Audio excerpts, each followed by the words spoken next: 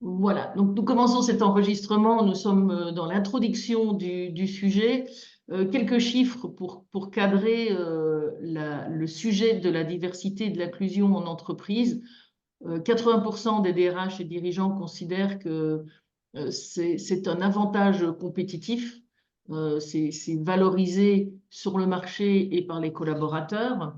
Un autre chiffre, 60%, c'est des chances supplémentaires de voir la productivité augmenter, d'avoir une meilleure image de leur entreprise et par ricochet de faciliter l'attractivité pour les talents et la rétention des talents existants. Donc il y a vraiment un vrai enjeu RH d'adresser explicitement ce sujet. Il faut savoir que ce sujet est aussi par ailleurs adressé par la loi. Il y a beaucoup de critères qui sont fixés, donc ils sont au nombre de 23. On vous a gardé les plus importants, mais c'est un sujet qui concerne l'embauche d'un nouveau salarié, tout le process de recrutement, le process de sélection en interne pour la mutation, les promotions, la formation et le reclassement quand on a du changement dans l'organigramme et la détermination des tâches dans la description de poste. Il y a vraiment beaucoup d'aspects de la vie du collaborateur en entreprise qui est adressé par l'inclusion et la diversité.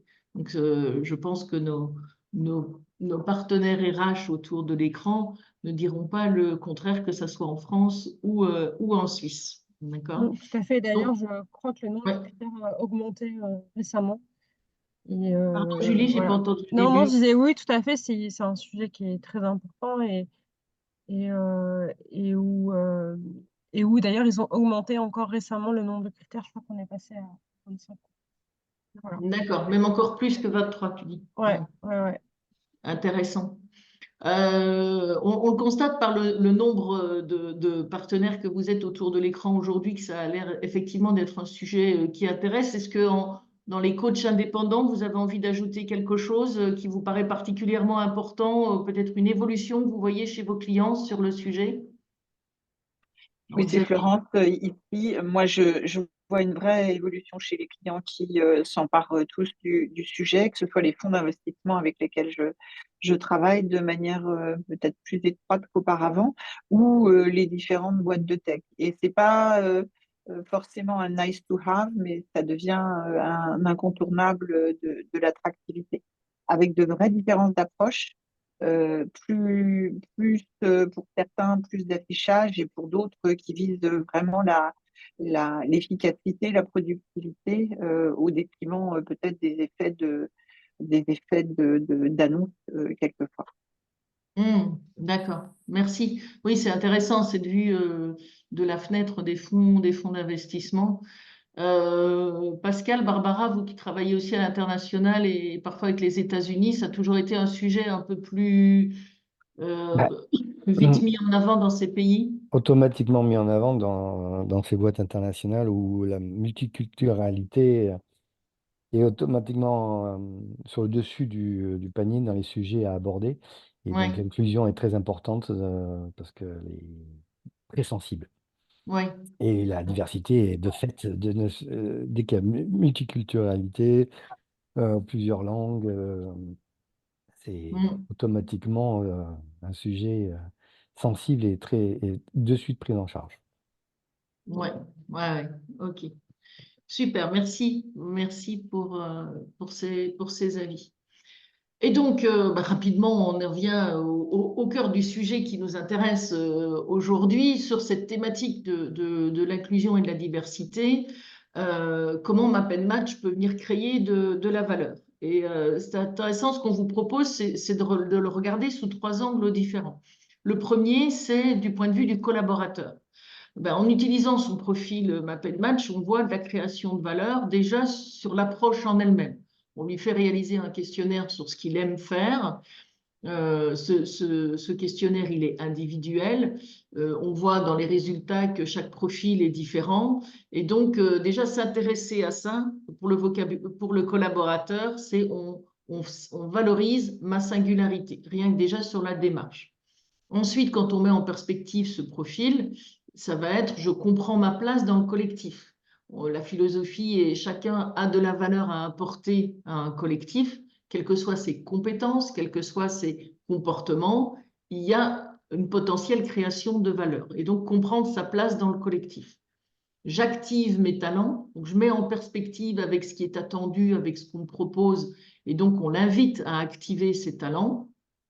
Et puis, dans la complémentarité, il y a ma complémentarité vis-à-vis de la dynamique collective, et puis il y a ma complémentarité avec mon manager, avec mes collègues, et donc c'est cette notion aussi de respect mutuel, parce qu'on prend connaissance des moteurs d'énergie des uns et des autres, et derrière, on les respecte. Et cette notion de respect est évidemment cruciale et au cœur de l'inclusion et la diversité. Donc déjà, à titre individuel, on a plusieurs angles de création de valeur. Ensuite, pour accompagner les managers, dans la culture managériale, on va aider le manager à prendre conscience de la diversité avec, une fois de plus, cette approche et lui apprendre à objectiver grâce aux résultats des profils les talents de chaque collaborateur et à prendre conscience de cette diversité et de voir que, ils ont des moteurs qui sont différents. Ensuite, step 2, une fois que je prends conscience de ça, bon, ça c'est pas nouveau, hein, on sait que culturellement, je manage pas tous mes collaborateurs de la même manière, c'est quelque chose qui a quand même été répandu depuis presque quelques dizaines d'années, mais là on est encore plus, d'une part, objectif et d'autre part, très concret. Ensuite, quand j'en prends conscience en tant que manager de cette diversité au sein de mon équipe, j'optimise cette diversité, j'en fais un levier de performance pour placer chaque collaborateur dans son meilleur rôle et je vais avoir une posture qui valorise la complémentarité et ce qu'on a souvent comme feedback, vous l'avez peut-être eu chez certains clients ou de certains de vos managers en interne, c'est d'aller chercher systématiquement la complémentarité et de comprendre que la tendance naturelle est de recruter du clone, quelqu'un qui nous ressemble, parce qu'on sent qu'on va bien s'entendre et qu'on voit les choses de la même manière. Et là, on peut faire bouger cette culture managériale et les aider à valoriser la complémentarité, non pas d'y voir une incompréhension, mais d'y voir quelque chose de très constructif. Donc, un impact fort sur la culture managériale. Sachant que tout manager étant collaborateur, il a aussi bénéficié de toute cette valeur ajoutée du premier paragraphe.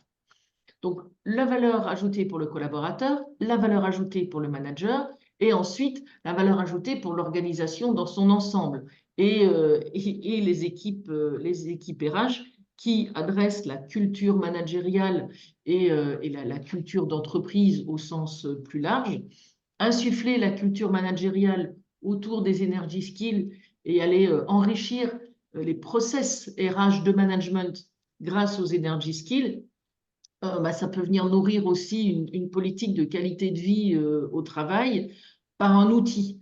Au-delà de vœux qui peuvent parfois rester un peu pieux, c'est donner un outil très concret pour aller enrichir cette considération du bien-être au travail, de la qualité de vie au travail et de faire évoluer la culture managériale. Et ensuite, c'est autant au niveau communication que valeur, respect des valeurs en interne. On peut mettre en avant aussi le fait de créer, c'est pas n'importe quel outil, c'est un outil qui lui-même a été reconnu et labellisé comme faisant du bien à la société dans le quotidien professionnel et au-delà, puisque MapNMatch est labellisé B Corp. On a fait quelques publications sur LinkedIn, etc. À cet égard, mais on pensait intéressant parce qu'on pense vraiment que ce soit une fois de plus dans votre com interne pour présenter l'outil que dans votre com vis-à-vis des clients. On voulait s'assurer que vous aviez les billes pour jouer cette carte parce que déjà parce qu'on en est fiers, donc ça nous fait plaisir d'en parler, mais aussi parce qu'on a observé que ça a un vrai impact.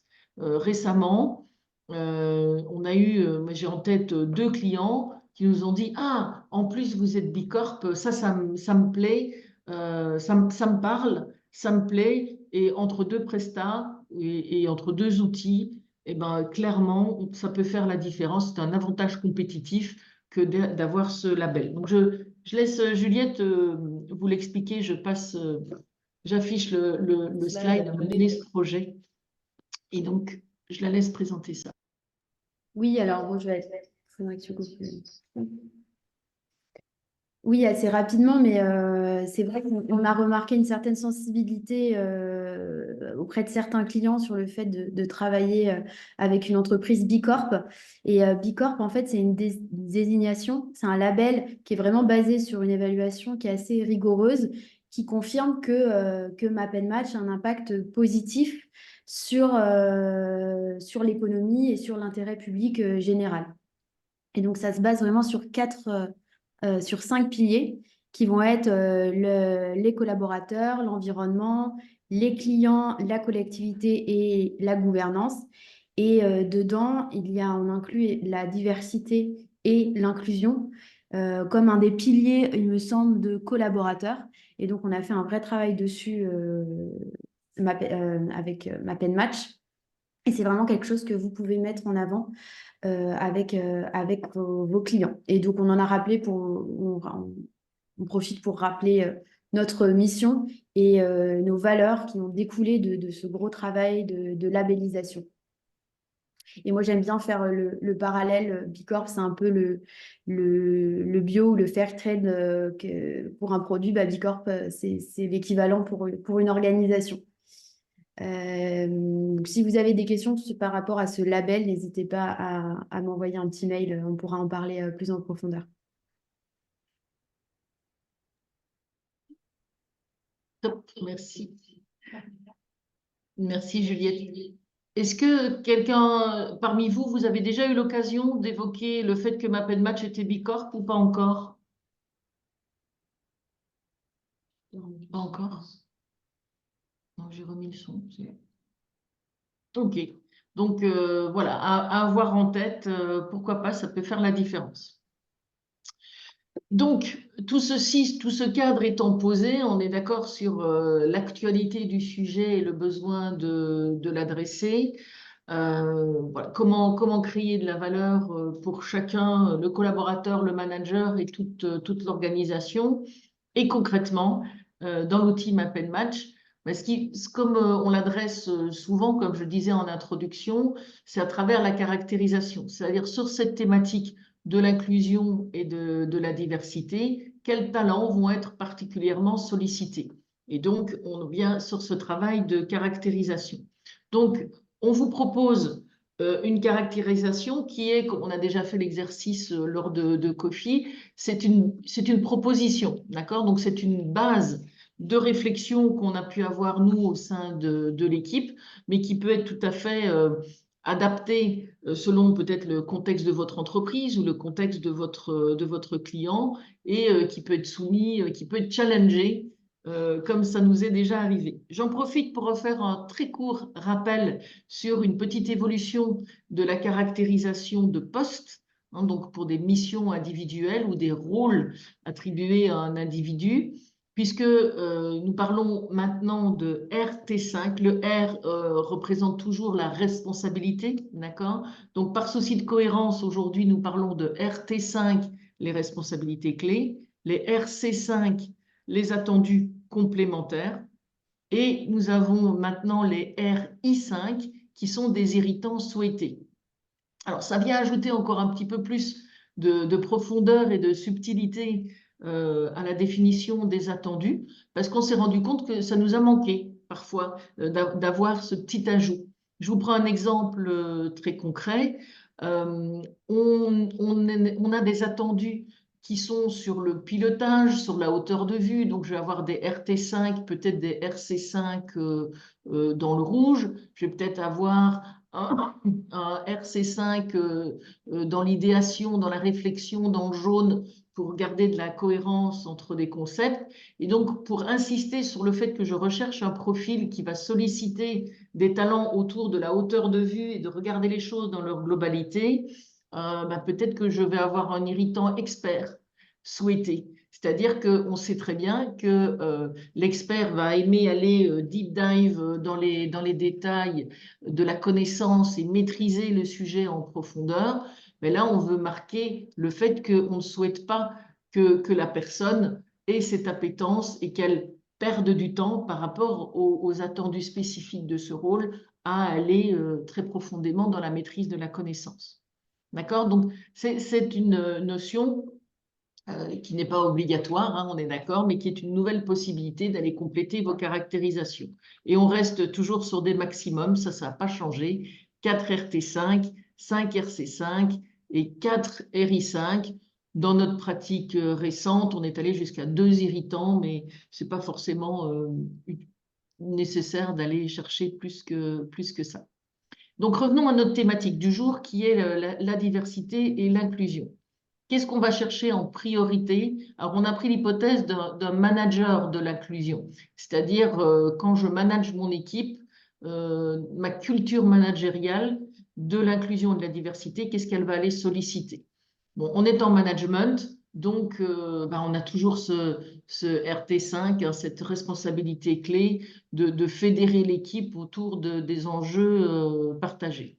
Ensuite, on a besoin d'être ouvert au changement et de s'adapter. Et donc, on va aller chercher de l'exploration, c'est-à-dire l'envie de porter un regard neuf sur l'existant. Ensuite, ce qui est clé dans l'inclusion et la diversité, on fait souvent un signe circulaire hein, quand on parle d'inclusion.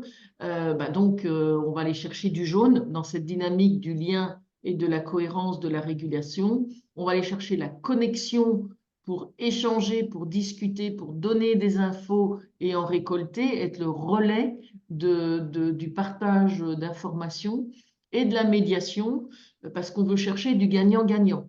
Quand on gère l'inclusion et la diversité, on veut que tout le monde s'y retrouve, que tout le monde soit bien. Donc, on va chercher la cohésion et on va aller chercher le gagnant-gagnant entre l'organisation et les besoins individuels. C'est vraiment cette idée d'aligner les individus avec la mission et les attendus de l'entreprise.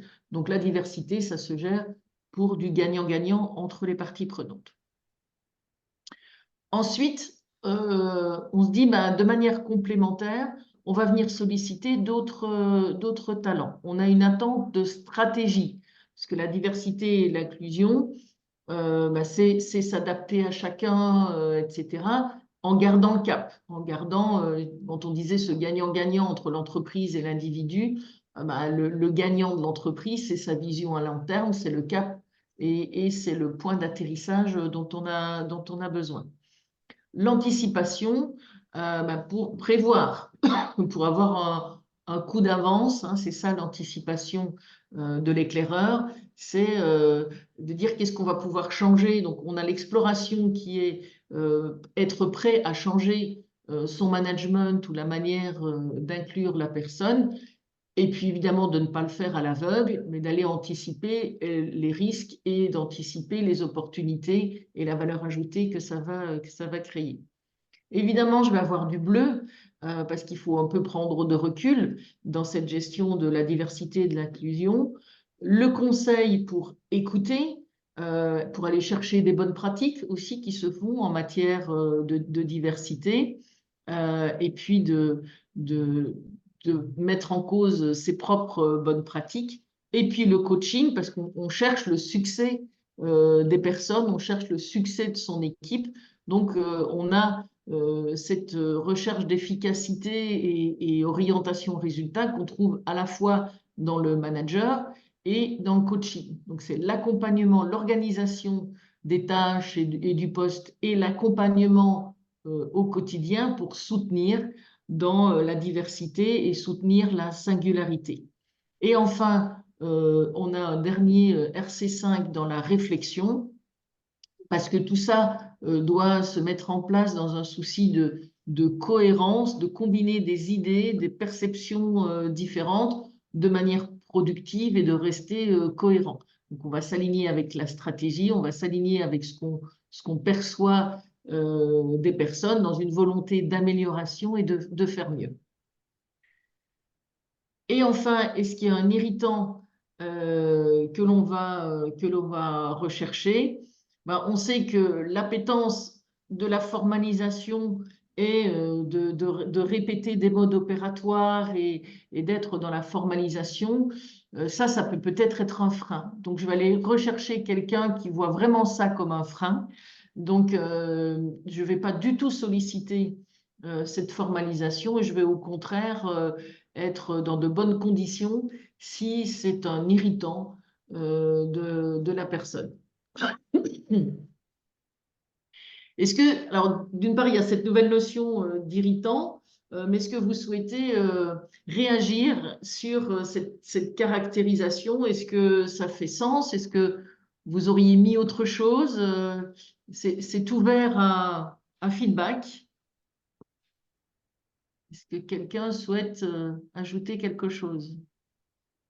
Je n'avais pas C'est en tête, Florent. moi, de mon côté, pardon Florence, Non, je non, n'avais je pas t'en en prie. tête la notion d'irritant souhaité. Voilà, c'est pas quelque chose que, voilà, que j'utilise en tout cas comme souhaité. Et je trouve ça hyper intéressant cette notion de se dire, bah, c'est aussi une manière de valoriser quelque part les irritants. Et enfin, voilà, c'était simplement ce que je voulais dire parce que du coup, je vais Sur le l'ajouter dans ma sujet des... pratique. Ouais, ok. Merci Julie. Florence? Oui, je voulais rebondir justement sur les irritants souhaités et dans la formalisation. J'avais en tête que celui qui est donc concepteur ou qui aime formaliser, il aime aussi imaginer des processus, euh, des outils, des feuilles de route, mais pas forcément seulement les appliquer.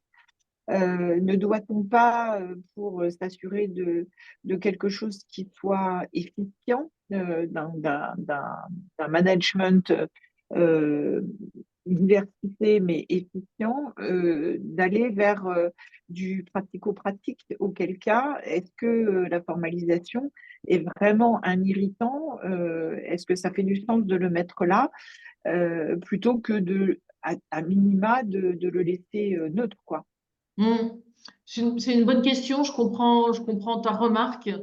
Euh, Tout dépend si on est plutôt dans une caractérisation peut-être de posture. Je pense que quand on a fait l'exercice en interne, on était plutôt dans l'état d'esprit, tu vois, que peut-être effectivement, non seulement il n'y a pas de noir dans les attendus, mais en plus on y a mis un irritant. Donc, je te l'accorde, on est peut-être allé un peu fort et tout à fait, la formalisation est dans le noir parce que ça apporte de l'efficacité au résultat. Hein, Oui. c'est bien ça la valeur créée par le concepteur et qui est adressée par le besoin de formalisation. Donc, effectivement, j'entends tout à fait la remarque, tout à fait pertinent. Barbara, c'était sur un autre sujet? C'est toujours sur la partie noire, c'est-à-dire que moi je m'interrogeais pourquoi la transmission n'était pas mise en attendu. Pour moi, c'est quand même important lorsque je manage des personnes singulières, je dirais, par rapport, enfin, qui sont un peu différentes, donc en diversification par rapport à l'équipe existante, de m'assurer que le processus existant, etc., soit adapté à eux. Et surtout que les aider, je dirais, à rentrer dans la matière. Donc, pour moi, la transmission, c'est vraiment un carré enfin, c'est une zone qui me paraît importante en tant que manager. Et ça va pour moi avec la partie coaching. Encourager les autres à se développer dans le respect de leur singularité, c'est bien, mais encore faut-il qu'ils aient un vrai succès dans la partie opérationnelle. Ils sont là pour ça. Ah, mais bien sûr. Là, effectivement, je suis tout à fait d'accord avec toi. La caractérisation qu'on a sous les yeux, c'est vraiment focus diversité. Ce n'est pas le manager en général qui, en On est, plus, ferait la diversité, tu vois, parce qu'on est d'accord que mes tâches managériales, bah, il doit y avoir de l'orientation résultat, peut-être avec un peu d'exécution, il doit y avoir de la transmission. Si on mettait, et pourquoi pas, la transmission en attendu dans le profil du manager de la diversité, ça veut dire que dans sa posture, il aurait aussi l'idée de former un peu son équipe à cet état d'esprit de la diversité, etc. mais Au-delà de... absolument, je pense que c'est essentiel parce que lui fonctionne, c'est une chose, mais il faut aussi son rôle d'accompagnant d'équipe, je dirais, est aussi de s'assurer que l'intégration se passe bien et que donc les données soient bien intégrées. Donc pour moi, la transmission, c'est important. Exactement. Alors, ce qui est intéressant, c'est que, vous voyez, quand on vous propose une caractérisation comme ça, là, si je m'abuse, on est au max de ce qui est... on a 4 RT5 et 5 RC5. Donc, on entend ces arguments pour la transmission et ou pour la formalisation, ce qui veut dire que on doit décocher quelque chose qu'on avait dans la proposition de départ. Donc, si on poursuit le raisonnement et l'exercice jusqu'au bout, qu'est-ce qu'on enlèverait pour pouvoir mettre, admettons qu'on veut un RC5 de transmission, en suivant les arguments de Barbara, qu'est-ce qui aurait moins d'importance que ça, du coup? Barbara, tu enlèverais quoi? Je vais peut-être dire une énormité, mais pour moi, la médiation ne devrait pas être en RT5. C'est-à-dire que la médiation, c'est indispensable pour un manager, bien sûr, à un certain niveau. Mais mettre de la médiation dans le management axé sur la diversité sous-entend pour moi qu'on donne a priori déjà un côté un peu de conflictuel dans l'intégration. Et je préférais mettre la transmission à la place et laisser la médiation à sa place au moment où c'est nécessaire. Valérie, à ce stade, oui, pardon Florence, la médiation n'est pas la résolution des conflits, hein, et c'est beaucoup plus large que ça, et c'est aller chercher et maintenir la cohésion et le gagnant-gagnant surtout entre les hommes et la mission de l'entreprise. Donc, juste clarifier que ce n'est pas que résoudre les conflits. Mais pourquoi pas descendre, et donc du coup il y a un jeu de taquet, hein, si on redescend ou qu'on enlève carrément, mais on pourrait quand même redescendre peut-être la médiation en RT5, ça veut dire qu'une autre dimension monterait en RT5 et me libérerait un RC5, pourquoi pas. Pascal, tu voulais ajouter, et puis Florence. Oui, je voulais d'abord, j'avais exactement les mêmes pensées que Barbara, parce que je trouve que la transmission aussi est importante pour la partie inclusion. Euh, c'est- et ça me paraît. Alors, en tout cas, j'étais étonné de ne pas le voir. Et Ouais. je trouve que du coup, ça dépend bien évidemment à quel niveau de poste et tout ça, mais du coup, pour moi, la partie stratège est du coup un tout petit peu moins important dans ce domaine. Si vraiment on est face à un sujet qu'il faut faire, ou si vraiment il faut le penser dans le futur lointain et tout ça, effectivement. Ça dépend de la position Tout à du fait. moment. Ouais. Le stratège est important peut-être pour le tout début de l'organisation, mais quand vraiment on est face au sujet, ben, il faut peut-être un peu moins de stratégie et un peu plus de transmission. Tout à fait, je te rejoins totalement. On pourrait enlever le RC5 de stratège et le mettre plutôt sur la transmission. Ouais, tout à fait. Et Florence, tu réagissais aussi? Oui, je réagissais en fait à la définition du management axé sur la diversité là.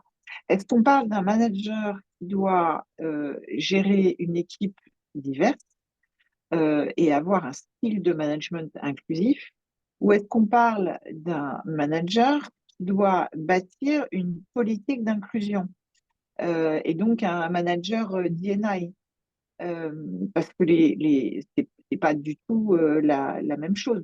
Exactement, on est tout à fait d'accord. Ici, on est parti plutôt sur, comme je disais, la posture de manager de la diversité. Donc, plutôt le premier cas, pas un meneur de projet sur le sujet de la diversité, qui aurait plus de noir d'ailleurs, hein, qui serait différent.